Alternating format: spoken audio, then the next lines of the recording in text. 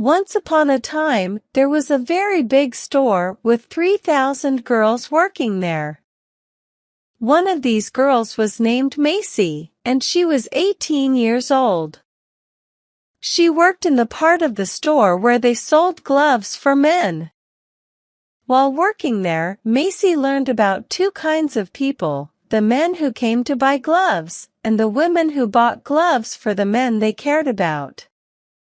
She also learned many things from the other girls who worked there, and she kept all this knowledge in her mind, like a secret.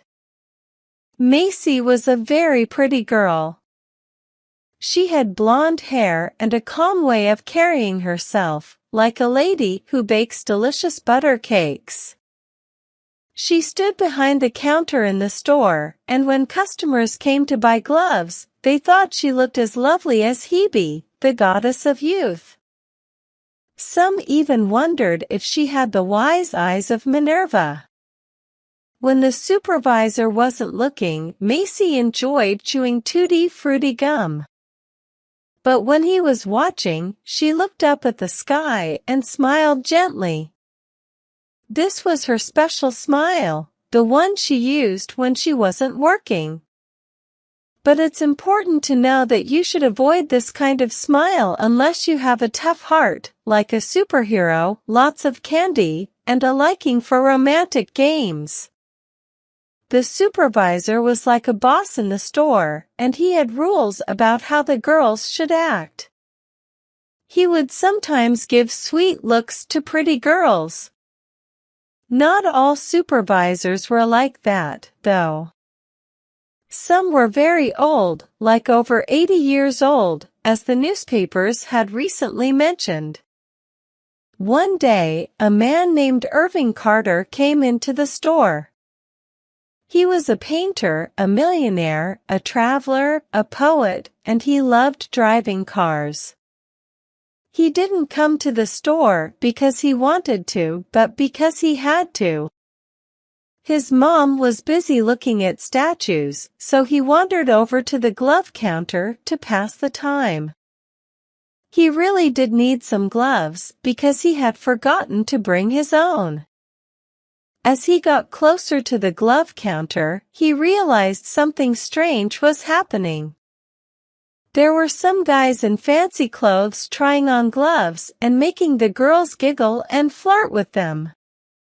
Carter didn't know what was going on, but it was too late to turn back. That's when he saw Macy behind the counter, looking at him with her beautiful blue eyes, like sunshine on an iceberg floating in warm seas. Then, Irving Carter, who was a painter, a millionaire, and so on, felt his face turn warm, but not because he was shy. He blushed because he realized something important. He was acting like the other guys who were trying to impress the giggling girls at different counters in the store. He realized he was no different from them. He wasn't special. He wanted the attention of a glove salesgirl, just like any other guy. He stood there feeling different emotions. First, he started to like these other guys a bit more, and he began to dislike the rules that he had always followed. He felt brave and decided that he wanted this perfect girl for himself. After he paid for the gloves and they were wrapped up, Carter didn't want to leave right away. He saw Macy's smile grow even more beautiful. He noticed that all the guys who bought gloves stayed a little longer to talk to the girls. So, he leaned against the counter, trying to look casual. But Carter was used to being in control of situations. This time, though, he felt as awkward as any other guy. He knew he couldn't meet this beautiful girl in a social setting. So, he tried to remember what he had heard or read about shopgirls. He thought maybe they didn't always follow the usual rules for meeting people. His heart was pounding, but he got the courage to suggest a meeting in an unconventional way.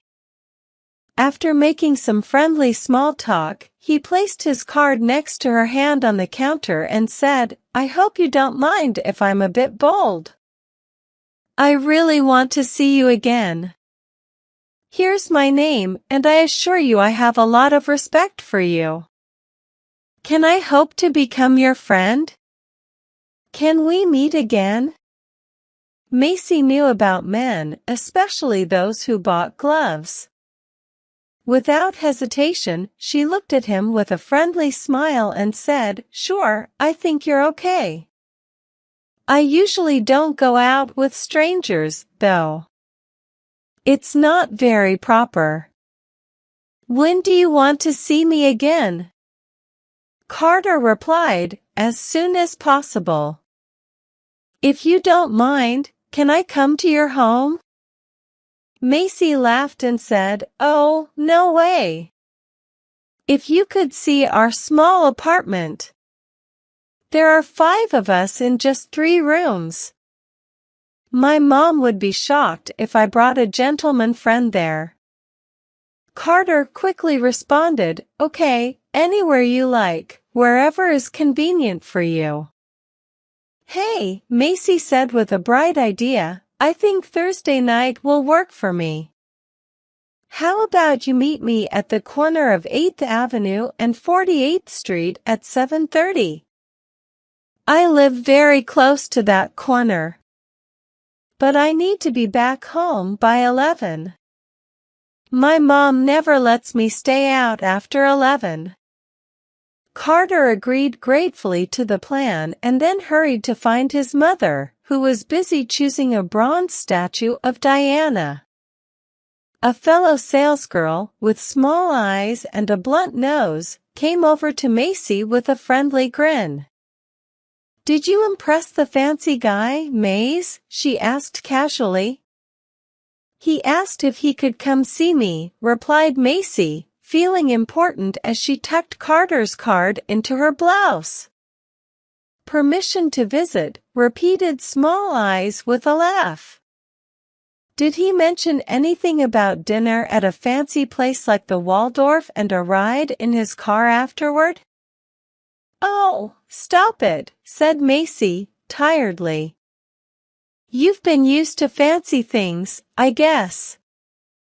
Ever since that firefighter took you to a Chinese restaurant, you've acted like a big shot." "No, he didn't mention the Waldorf, but there's a fancy 5th Avenue address on his card. And if he's buying dinner, you can be sure the waiter won't have a ponytail."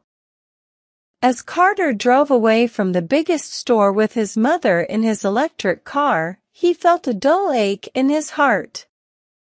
He knew that he was in love for the first time in his 29 years of life. But the fact that the person he loved so easily agreed to meet him at a street corner made him uneasy. Carter didn't understand much about shopgirls. He didn't know that many of them live in small, cramped rooms or crowded homes. The street corner is like their living room, the park is their fancy garden, and they are just as confident in those places as a wealthy lady is in her fancy room. 2 weeks later, in the evening, Carter and Macy walked arm in arm into a small, dimly lit park. They found a quiet bench under the trees and sat down. For the first time, Carter put his arm gently around her. She leaned her head against his shoulder and sighed with relief. "Whoa," Macy said, feeling grateful. "Why didn't you do that sooner?" "Macy," Carter said seriously, "I love you very much. I'm asking you to marry me. You've gotten to know me, and I hope you trust me. I want you, and I can't imagine my life without you. Our backgrounds don't matter to me." "What's the difference?" Macy asked, sounding curious. Well, there really isn't any difference, Carter replied quickly, except in the minds of people who don't understand. I can give you a life of comfort and luxury. I have a good social standing, and I have enough money. They all say that, Macy remarked. They promise you the world. I bet you work at a food store or spend your time at horse races. I'm not as naive as I seem. I can show you proof of everything, Carter said gently. I want you, Macy. I fell in love with you the first time I saw you. Everyone says that, Macy chuckled. I've heard it all before. If a guy fell for me the third time he saw me, I might start to like him. Please don't say things like that, Carter pleaded. Listen to me, my dear. Since I looked into your eyes for the first time, you're the only woman I've thought about. Oh, you're quite the joker. Macy smiled. How many other girls have you told that to? But Carter didn't give up. Eventually, he reached the tender, delicate part of the shopgirl's heart that was hidden beneath her beautiful appearance. His words touched her even though she tried to keep her guard up. She looked up at him with eyes that really saw him. A warm feeling spread across her normally cool cheeks. She was trembling, as if she were about to give in to the feelings of love. She began to realize that there might be more to life than what she experienced behind the glove counter. Carter noticed this change and seized the opportunity. Will you marry me, Macy? Carter whispered gently. We can leave this big, crowded city and go to beautiful places together. We'll forget about work and business, and life will be like a never-ending vacation. I know the perfect place, I've been there many times. Imagine a place where it's always summer, with waves gently lapping at a beautiful beach, and everyone is as happy as children. We'll sail to those shores and stay there as long as you want. In one of those far-off cities, there are magnificent palaces and tall buildings filled with beautiful paintings and statues. Instead of regular streets, the city has canals, and people travel in. I know, interrupted Macy, sitting up suddenly, those long, skinny boats called gondolas. Yes, smiled Carter. That's what I thought, said Macy. And then, continued Carter, we'll travel to see anything and everything we want in the world. After visiting European cities, we'll go to India, where you can ride on elephants and see amazing Hindu and Brahmin temples. We'll explore Japanese gardens and witness camel caravans and chariot races in Persia. We'll experience all the unique things different countries have to offer. Do you think you'd like that, Macy? Macy stood up. I think it's time we head home, she said calmly. It's getting late. Carter understood her mood and didn't push. He had learned to deal with her changing emotions. But he felt a sense of triumph, even if it was fleeting. He had briefly captured the heart of his elusive psyche, and hope burned brightly within him. Once, she had let her guard down and held his hand. The next day at the biggest store, Macy's friend Lulu cornered her near the counter. How's it going with you and your fancy friend? Lulu asked. Oh, him? Macy replied, patting her curls.